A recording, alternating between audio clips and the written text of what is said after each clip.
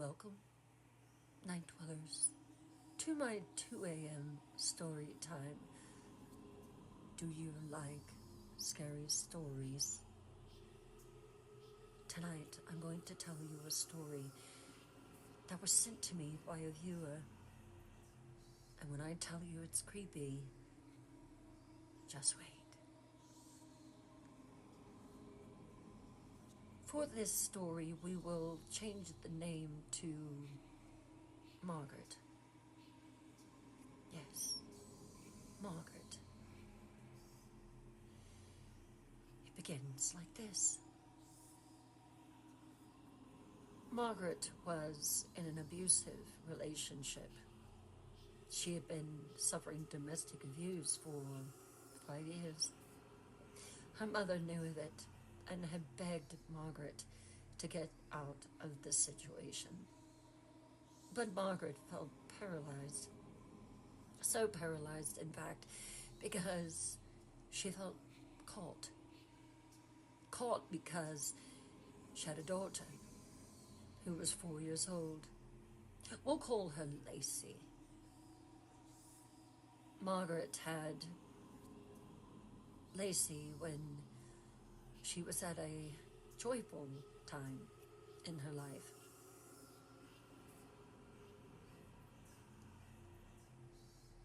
She knew that it wasn't going to get better. Her mother told her so. Margaret, I don't know why you stay in this relationship. It's doing nothing for you. And it's getting to the point where you can't even hide your bruises. Look at you, honey. You've got dark circles under your eyes.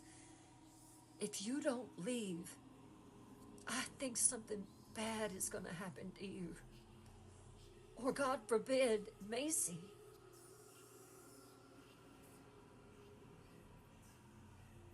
Margaret looked at her mother.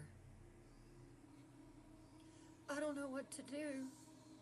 I just don't know what to do. You leave. You leave now. He's in jail for a little bit because he broke a restraining order, but he's going to come back. Now, this is what you're going to do. You know your grandma's house?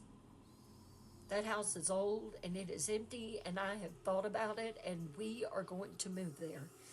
We're going to move away where he can't find us. You mean the old white farmhouse? Yes, that's the one. He'll find me. He's always said that if I leave him, he's going to find me. He's not going to find you this time, honey. We're going to move. At the time, Margaret and her daughter were living in Alabama. The house that her mother spoke of was in Arkansas.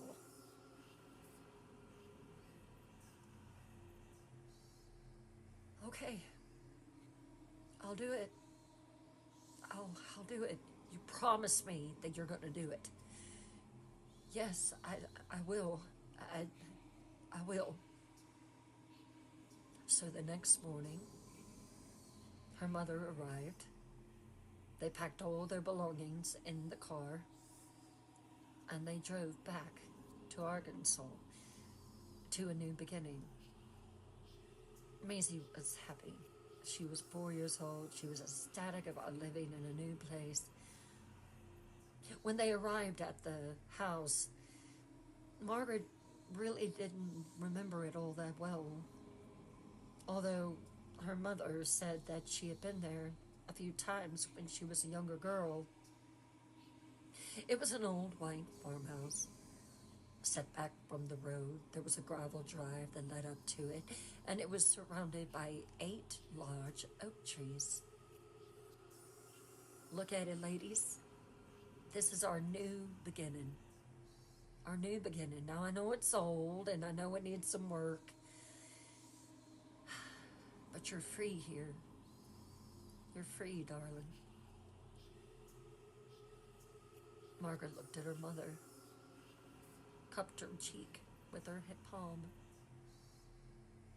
Thanks, Mama. I don't know what I would do without you. I'm here for you, always. So Margaret and her daughter Maisie and her mother Catherine moved in. It was old, but it had a certain charm about it. It had green linoleum floors in the kitchen that Margaret looked at her mother and said, "We're going to have to get rid of these, like, immediately." They had been there for about a week, and Margaret was looking for a job, and she found one at a Dollar Tree. It wasn't what she wanted, but at least it was something, and she even began to think that maybe she could follow her dream and go back to school, night school. Since her mom was taking care of Maisie, that freed up some time for her. She told her mom about it. "I think that is a great idea, Margaret. I think that is just a fine idea. What do you think, Maisie? Don't you think it's a good idea that your mama goes back to school?" "Yeah." So it was settled. Margaret didn't have to pay for childcare because her mother was going to be there with Maisie. So it was all going to work out. All of it was going to work out. And then, once she got her degree in nursing, as she really wanted, then they could do things that they had never done before. Margaret took on extra hours at the Dollar Tree. She was a good worker. She was loyal. She was always there. The manager noticed it. He asked her if she'd like some more hours, if she could be there when the trucks arrive. She said, "Sure, I would love that." In the back of her mind, she was thinking, maybe I can get a nice television and we can watch TV at night because it's so quiet in this house. It was quiet. It was full of shadows, full of creaks, full of whispers.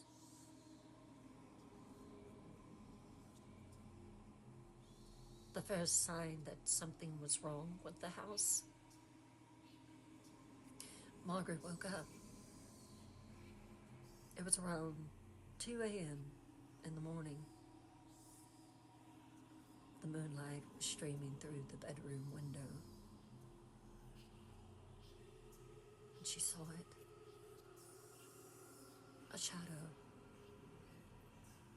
Standing in the middle of the floor. A woman.